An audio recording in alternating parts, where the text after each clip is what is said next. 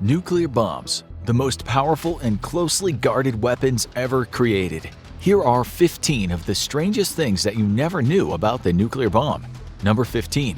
A costly miss. You remember as a kid, when you had the perfect water balloon to sock your brother in the face on a hot summer day, you carefully took aim and whiffed. The balloon popped on the ground, he got splashed at most, and then the next thing you knew you're getting wailed on. Well, at least you didn't miss on something much bigger like the team at Bikini Atoll did. It was not long after the first 2 bombs were dropped on Hiroshima and Nagasaki, and the US team wanted to learn more about the bomb's capabilities without nuking another city. So they chose a small island chain to test out their new toy.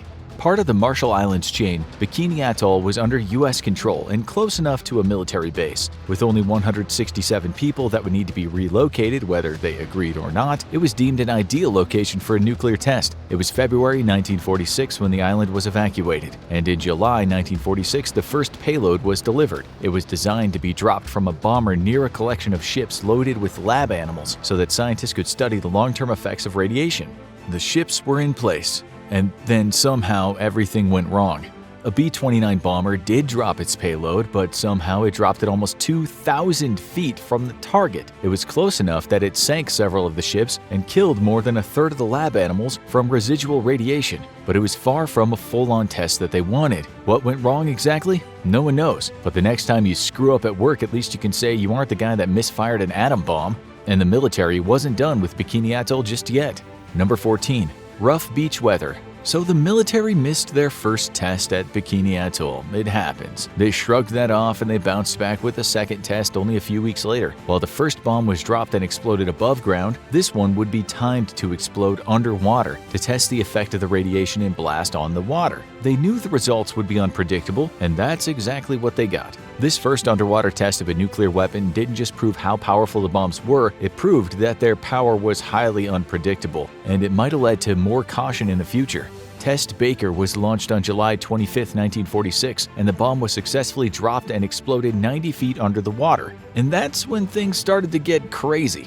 The interaction of the bomb with the water created a massive bubble of hot gas under the water that quickly expanded, both downward and upward at the same time. Nothing in its path was any match for it, and that included the shores of Bikini Atoll.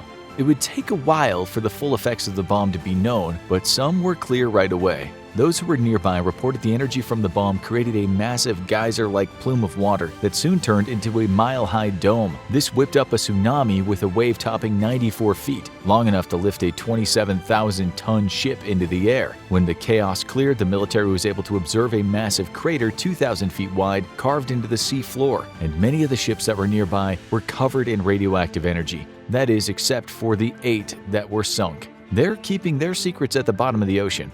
But for some people, the effects of these tests lasted long after they were done. Number 13. The longest vacation. When the residents of Bikini Atoll were told they had to evacuate, they were told it would be a temporary evacuation for the tests. It was needed for the security of the country, and they were assured that they'd be back home soon. They were taken to temporary housing and assured that they would be returned when it was safe. So they waited, and they waited, and then they waited some more. Eventually, they were moved from their barracks to another island in the Marshall Islands, and the promise of home seemed to be more remote than ever. But then, in the late 1960s, there seemed to be hope. The U.S. Atomic Energy Commission declared the island safe for return, and some residents went back to their homes for the first time in 20 years. The government kept close tabs on their health, and then in the late 70s they discovered something disturbing. Everyone who had returned and eaten the food on the island had alarmingly high rates of cesium-137 in their blood. The radioactive energy might have hidden well, but it was definitely still present on Bikini Atoll. And so history soon repeated itself. The residents of the island were once again evacuated, this time to more remote Keeley Island, as scientists began to investigate the residual impact of the bombs on Bikini Atoll more thoroughly. Their conclusion? It wasn't safe for the residents to return, and it might never be. Anyone living consistently on an island where nuclear tests had been conducted would be subject to potentially dangerous levels of radiation, and the island would need a more thorough cleaning if anyone was to return. But that might not happen, as the island now is classified as a UNESCO World Heritage Site and a key cautionary tale. But today people are more worried about who has them, not how they're tested. Number 12. All around the world. So, who's a member of the nuclear club? That depends on who you ask. During World War II, it was believed that the United States and Germany were in a rush to beat each other to the bomb and use it, but that's now considered to be false, as it was discovered to mainly be a one-man race. The US got the bomb first, Germany wasn't really close, and the rest was history. But once the US got the bomb, the other powers quickly followed suit. The USSR was the second to get the bomb, only 4 years later, and they were followed by the United Kingdom in 1952, France in 1960, and China in 1964. And the world powers said that's enough. With 2 Soviet-aligned powers with nukes and 3 Western powers having them, both sides were worried about things spiraling out of control, especially after several close calls with World War III. So they passed the Nuclear Non-Proliferation Treaty, which took effect in 1970. All 5 existing nuclear powers were grandfathered in, but no new nuclear powers were allowed, and it lasted for a while. That is, until India and Pakistan, neither of which had signed the treaty, developed their own nuclear programs. The neighbors are often in conflict, and that's made the neighborhood a lot more tense. But it's not the only flashpoint. Under the always chaotic Kim dynasty, the Hermit Kingdom of North Korea rarely abided by treaties, so it was alarming, if not surprising, when they conducted their first nuclear test in 2006. They're now believed to have up to 20 warheads, which has made stopping many of their aggressive activities much trickier. But that's nowhere near as complicated as what's going on with the signatory Israel, which has never revealed any details about its nuclear arsenal. Insiders say the country might have at least 90 nuclear weapons, but what makes enforcing the NPT trickier is that they might have had them since the 1960s, which would mean that they'd have been covered under the initial treaty's exceptions. At least they would be if they admitted to having a nuclear arsenal.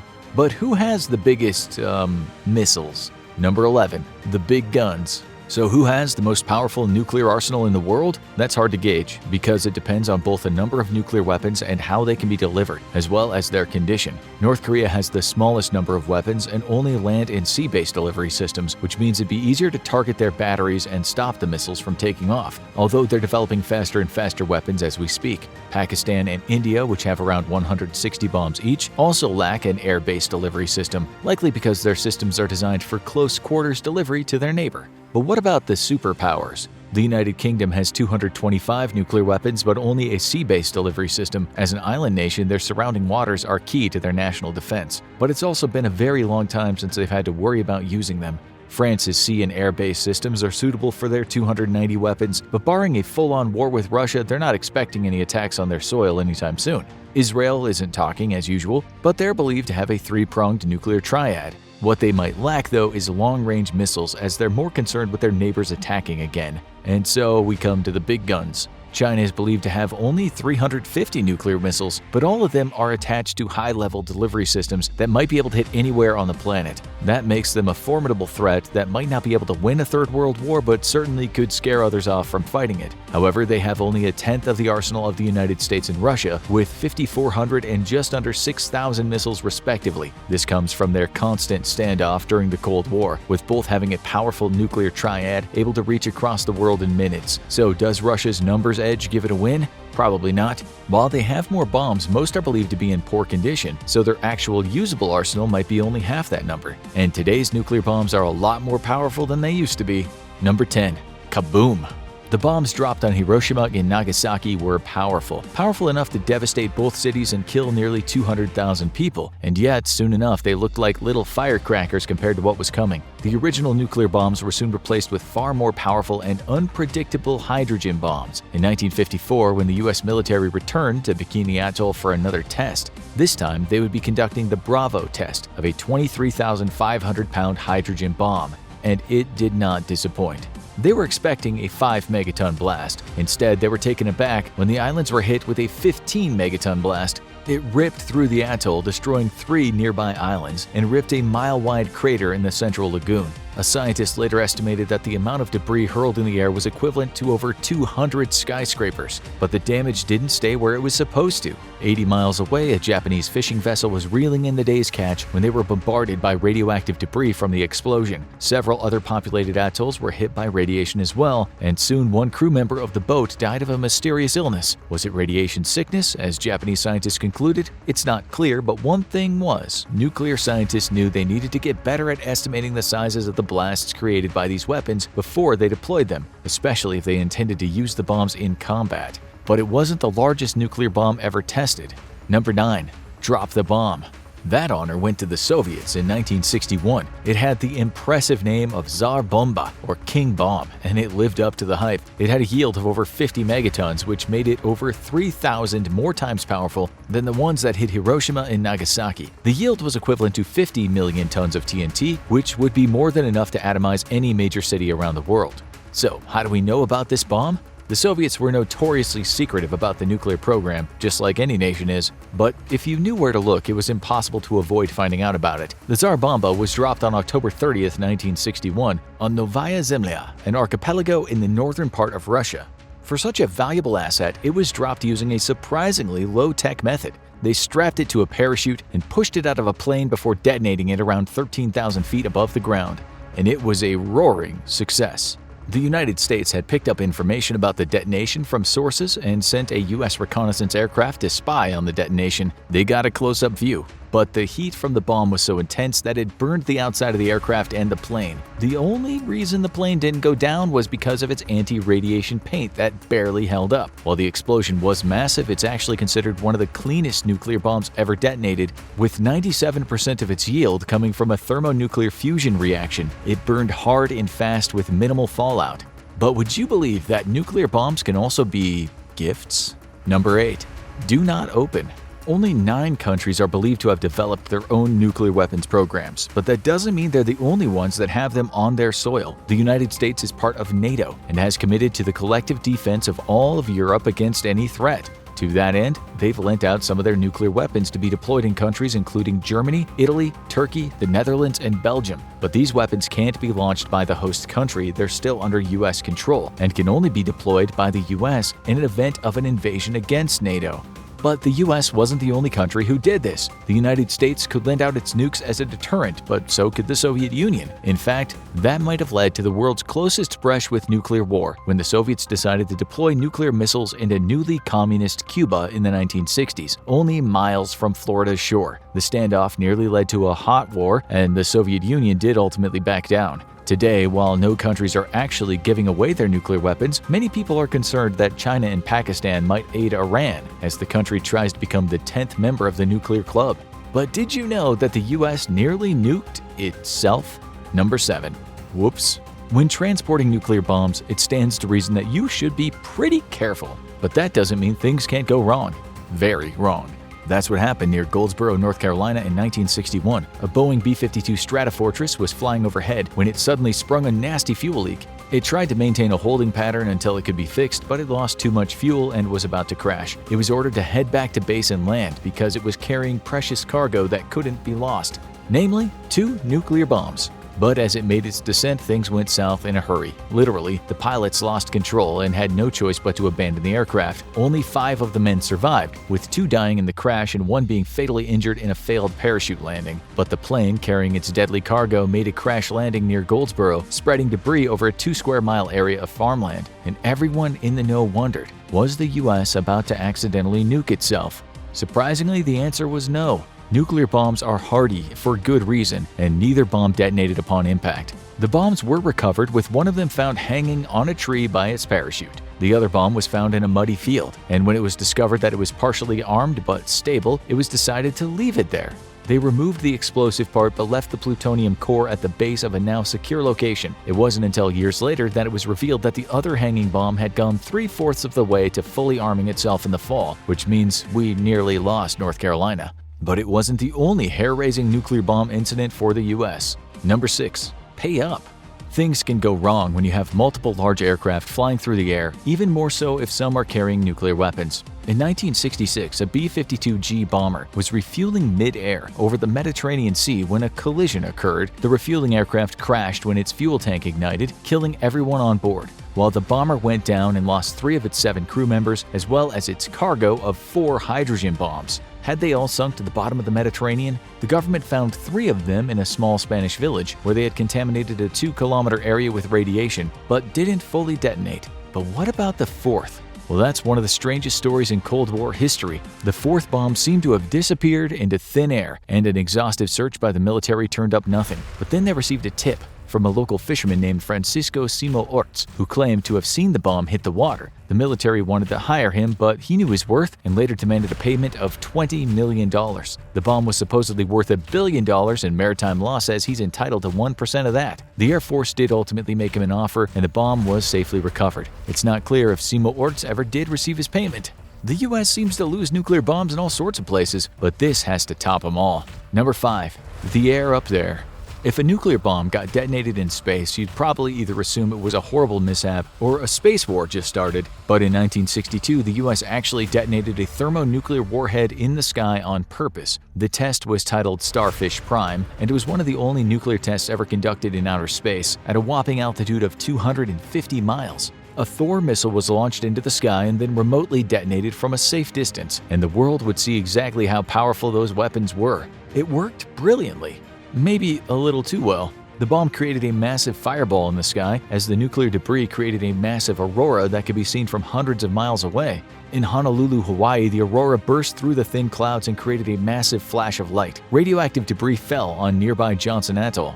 3 satellites in low Earth orbit were disabled by the radioactive waves, and man-made radiation belts were formed that wreaked havoc with satellites for months to come. The government wanted to know what detonating a nuke in space would do, and the answer was quite a lot. In fact, nuclear bombs might be so powerful that they created their own element. Number 4.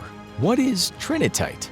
The Trinity nuclear test in New Mexico in July 1945 was one of the most important moments in human history, paving the way for the dropping of the first 2 bombs in Japan's unconditional surrender not long after. The test was a massive success and proof of concept for the entire weapons program, and it left a lot of destruction in its wake. After scientists were able to explore the area safely, they found something weird: pieces of glassy residue that were unlike anything found in nature, mixed into the sand on the desert floor. What did the bomb create? Pieces of the strange new substance kept being found around the desert, mostly a light green color, but some in odd colors like red and black. They were given the nickname trinitite after the test that created them, but it wasn't a whole new element or anything unusual. They were the product of what happens when sand and other minerals meet the intense heat of a nuclear blast. They were fused together in a dense glass-like structure, and there are countless pieces of it now on display. But this wasn't the only nuclear test with a mixed legacy. Number 3. Anyone up for a swim?